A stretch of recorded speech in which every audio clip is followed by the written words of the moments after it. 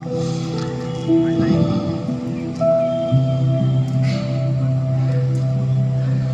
उपलब्धि वो नहीं होती है जिसकी दुनिया प्रशंसा करे, कि आपका टीवी में फोटो आए, अखबारों में फोटो आए, बल्कि उपलब्धि वो होती है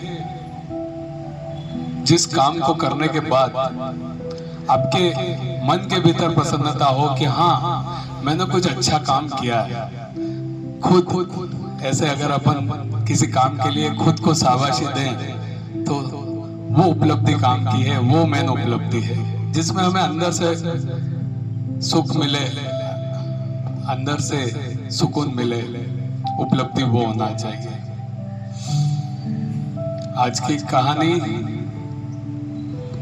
किसी अपने परम मित्र ने मुझे व्हाट्सएप पे भेजी थी, वो कहानी मैं सुना रहा हूँ। एक गांव रहता है और उस गांव में एक व्यक्ति रहता है, पहलवान टाइप का व्यक्ति रहता है।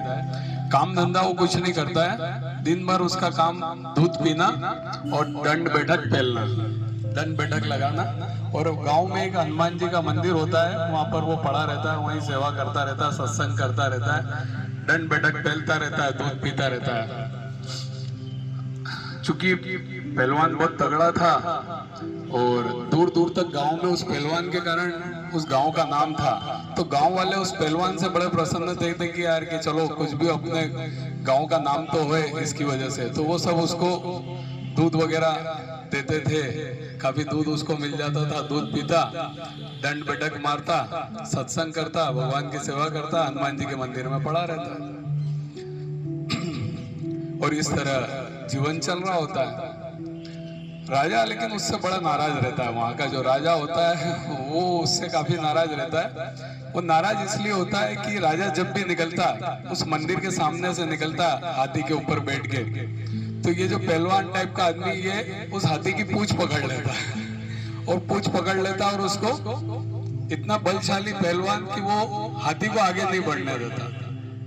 तो सब पब्लिक इकट्ठी हो जाती, गांव के लोग इकट्ठे हो जाते हैं, देखते हैं कि यार, और राजा की भद्दी हो जाती है कि यार देखो न तो इसका हाथी आगे बढ़ पा रहा है इस पहलवान के आगे, न राजा आगे बढ़ पा रहा है, कितना बलशाली।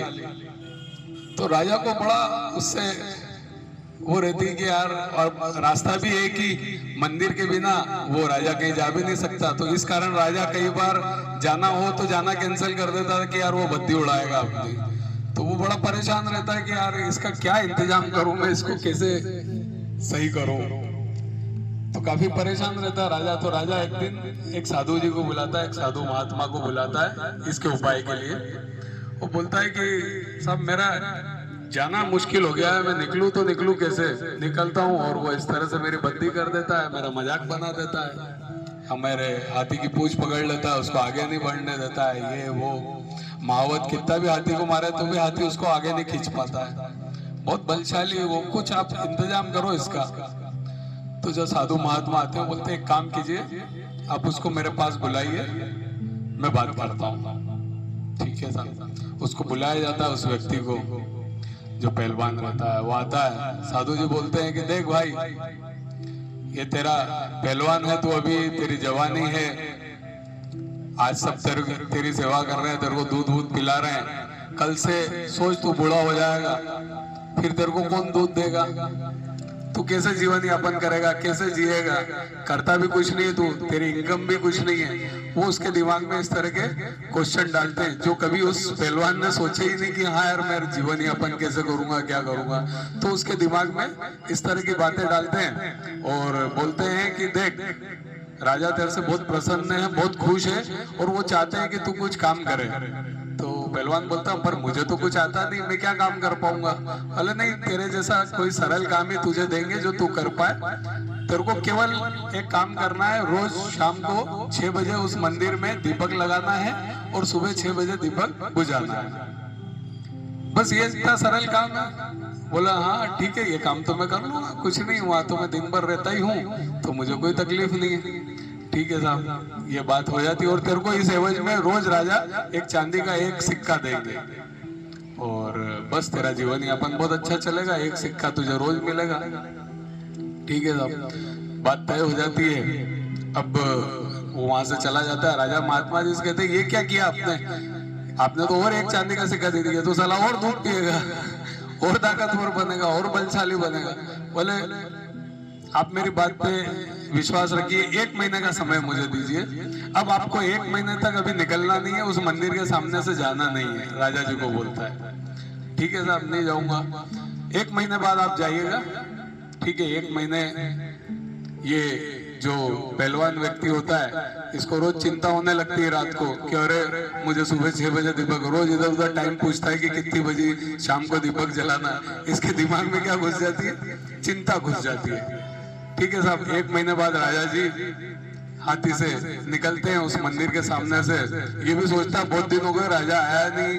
पहलवान बहुत दिन से सोचता है कि यार हाथी की पूंछ पकड़े, बहुत दिन हो गए। जैसे ही राजा आता है ये बाहर आ जाता है और हाथी की पूंछ पकड़ता है, लेकिन हाथी उसको ऐसे ही घसीट देता है पहलवान को। इस बार राजा को बड़ा आश्चर्य होता है कि यार ये पहलवान तो घसीटा गया, जो महावत मारता था हाथी आगे नहीं बढ़ता था, इसने इस बार बिना किसी उसके एफर्ट के उसको घसीट लिया।